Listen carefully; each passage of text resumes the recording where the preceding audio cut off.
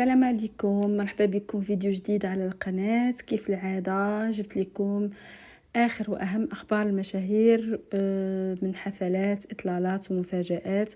خليكم معايا حتى لآخر الفيديو باش تعرفوا كل شيء، وما تنساوش تابوناو باش يوصلكم كاع المعلومات على الفيديوهات الجايين.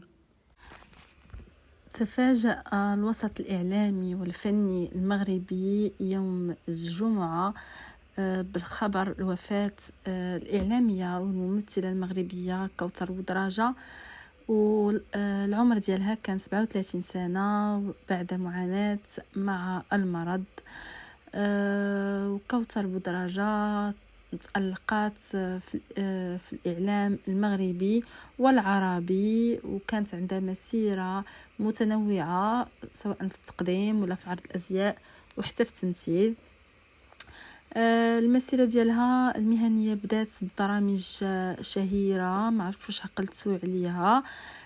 ستار أكاديمي المغرب العربي، وكانت مذيع العرب، وشاركت في عالم التمثيل أيضا الماضي لا يموت وسولو دموعي، ومؤخرا ظهرت في الفيلم المغربي أطومان واللي كان آخر أعمالها مالوغوزمون.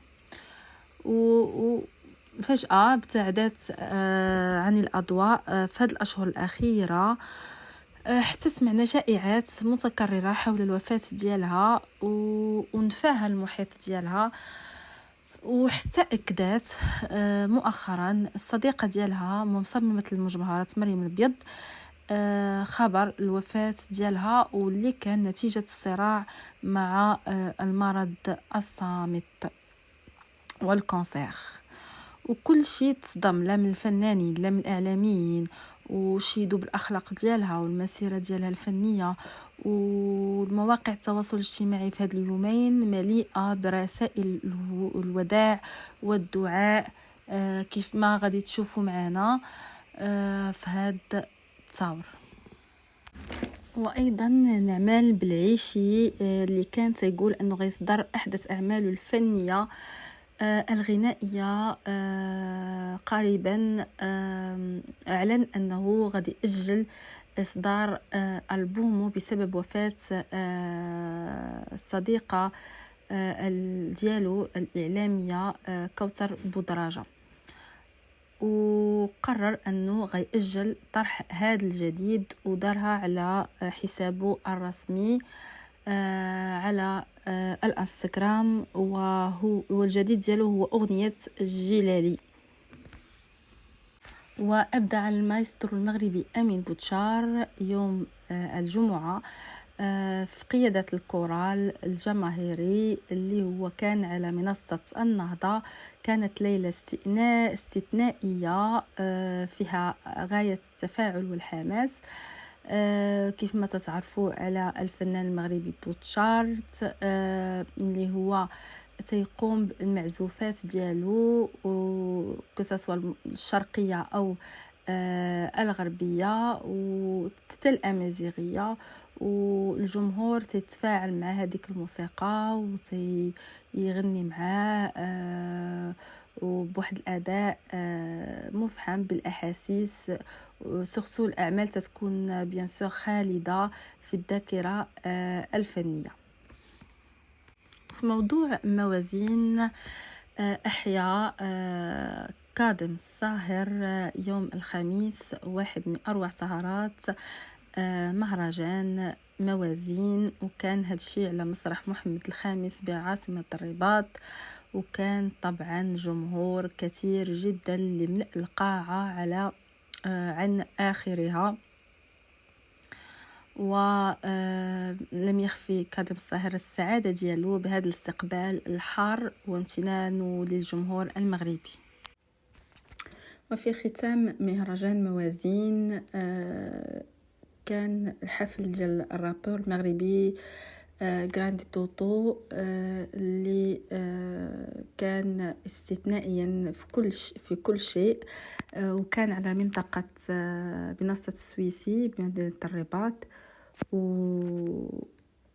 هو كان أول مغربي اللي يطلع المنصة السويسي اللي كانت مخصصة بالنسبة لسيليبريتي الانترناسيونال،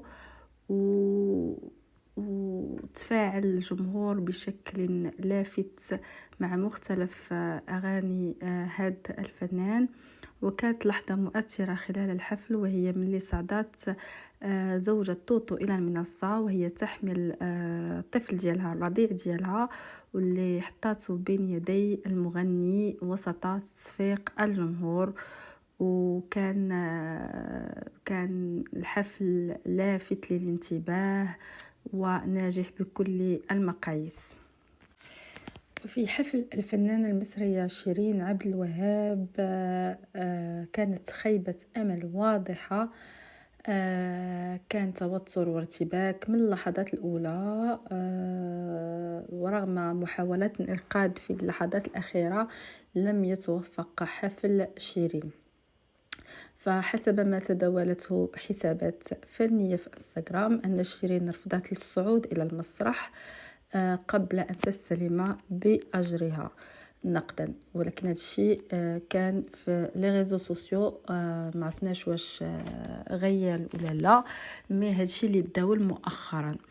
واللي تسبب في توتر في الحفل ماشي هذا الشيء، مي اكثر بانها ملي غنات بلاي باك، ملي سكيفي بزاف الحاضرين مشاو من الحفل ما عجبهمش انهم يحضروا الحفل وماشي الغناء بالصوت ديالها مباشرة. والنجم الإماراتي حسين الجاسمي كان في حضور مع الجمهور المغربي في واحد السهرة فنية مميزة من أسبوع موسيقى بالدار البيضاء كازاويك. وهذا الحضور كان بعد غياب لسنوات عن المهرجانات المغربية، وكان هو بنى علاقة عاطفية خاصة مع الجمهور المغربي، ومن خلال صوته العذب وأغانيه المميزة. في هذه السهرة كان تواصل سهل مع الجمهور، وكانت الكثيرون تشوفوه فنان محبوب، وكريا واحد الجسر ما بين الخليج والمغرب. ولهذا كانت هاد الأغاني اللي غنى على المنصة كانت عندها واحد التقدير كبير من المغاربة.